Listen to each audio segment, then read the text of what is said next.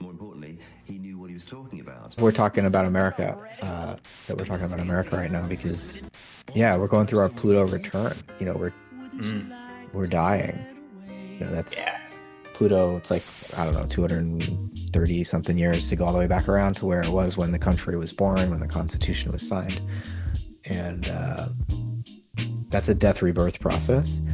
And I was thinking, I love everything you're saying. Yeah, I don't think it's the American Empire. I think it's something else that hasn't happened yet. And it lines up well with, Steiner's sense of the way that the cultural epochs unfold. Like, actually, when we finish the current Anglo-Germanic epoch, which is, he says, supposed to go on to like 3,500, the year 3,500 or so. But I think maybe things are speeding up.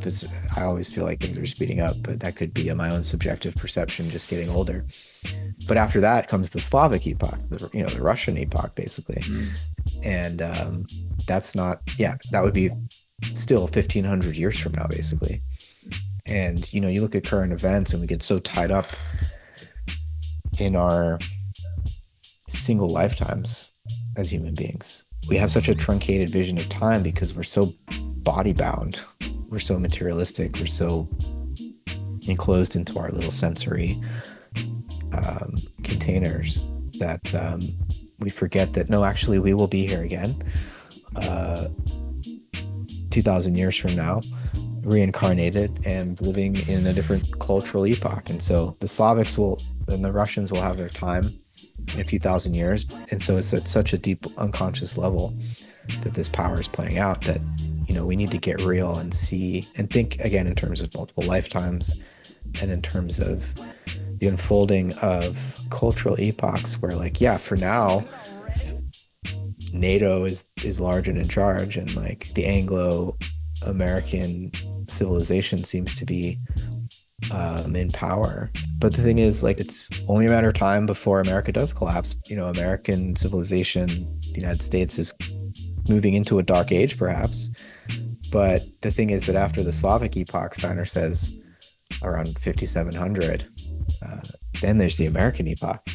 Actually, that's the prime of what we think of today as the United States of America. And maybe at that point, like, Canada will be the 51st state. Like, who knows?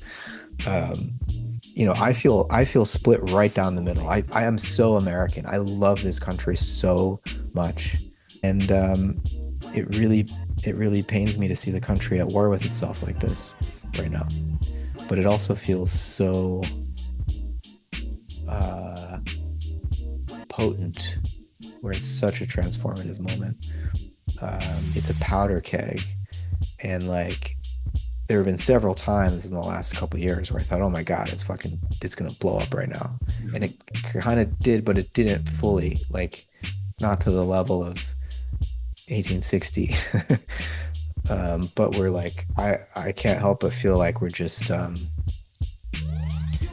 inching closer to that conflagration. Yeah, I mean, and looking at these, you mentioned the Pluto return. We're also coming up on, I believe, this summer will be the Uranus return as well, happening at the same time as the Pluto return. Uranus is the archetype of combustion, rebellion, liberation, and the annihilation of solidified structures.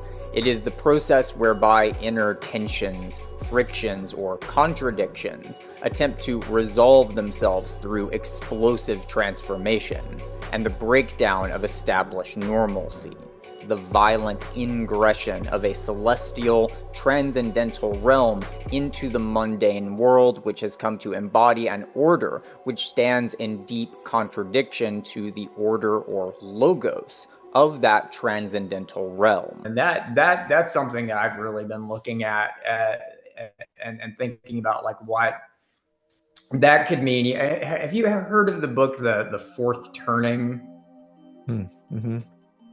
Yeah. It conjectures this cyclical pattern of turnings. These occur in generational cycles of about 80 years. Basically, the authors point to this pattern that you can see going all the way back to the birth of the United States in the late 18th century. And so we're at the fourth turning right now, and each turning is made up of these 20-year sacula, I believe is what the term that's used for in the book.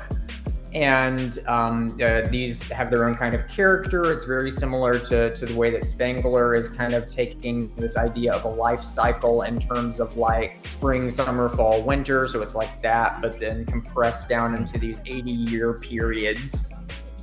And these 80-year periods and the events that are significant with them as the major turning points, these correspond to the Uranus return of the United States. Uranus coming back around to Gemini corresponds with all these major events throughout United States history. And what it typically corresponds to is an extremely cataclysmic war. Every other time it's been that. And here we are coming up on Uranus coming back with Pluto back in Aquarius. So that's potentially kind of alarming. But it looks like the constructive interference between two giant waves, right? So you've got the Pluto cycle, Pluto and Aquarius, which is, these roughly 250-year periods. The last one was the late 18th century, in which basically everything we associate with modernity came into being. The birth of electrical technology, Adam Smith's Wealth of Nations, the French Revolution, the American Revolution, Kant's Critique of Pure Reason. I mean, all of these things were happening in that late 18th century period. And we rewind another 250 years, and then we find ourselves back in the Renaissance, which is equally pivotal, I would say, for all kinds of reasons. And you see these major transformations that are happening within these 250-year periods where Pluto's coming back in Aquarius and it's activating something, apparently. And then you've got the Uranus period, which is happening kind of nested within that. And so it's like we're within the fourth saculum of the fourth turning of the fourth mega turning, as it were. And so, yeah, it just feels like there's all kinds of things that are really conflagrating and conjugating at the same time here.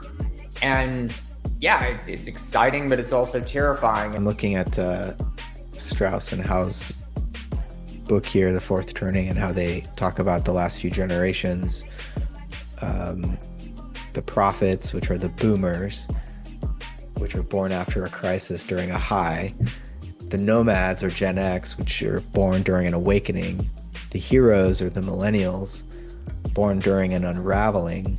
And the artists, or Gen Z, born during a crisis. Yeah, this is the thing about how about Strauss and Howe's book, is that they're not looking at it astrologically, right? And so Sure. They're trying to do it in these more or less nice, neat little time periods where it's like exactly 80 years and exactly 20 years. And so the argument they make is that the crisis period, we've already been in it since, I believe, like the 2008 financial collapse or something like that. Yeah, that's when But they started.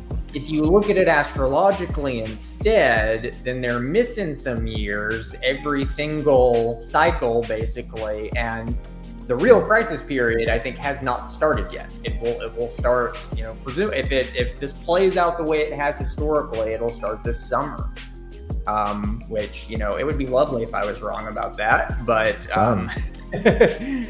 but yeah, it seems like, even if it isn't some kind of giant cataclysmic war or whatever, it feels like some kind of confrontation with our identity as Americans, that is what's going to be on the table no matter what, I believe. Yeah. I'm having Pluto go over my sun. I have a A stellium is a grouping of 4 or more placements in one sign/house. Sun, Mercury, Venus conjunction, and Pluto's going to go over it over the next several years. And so I'll be going through what the country is going through. So it's especially personal for me right now.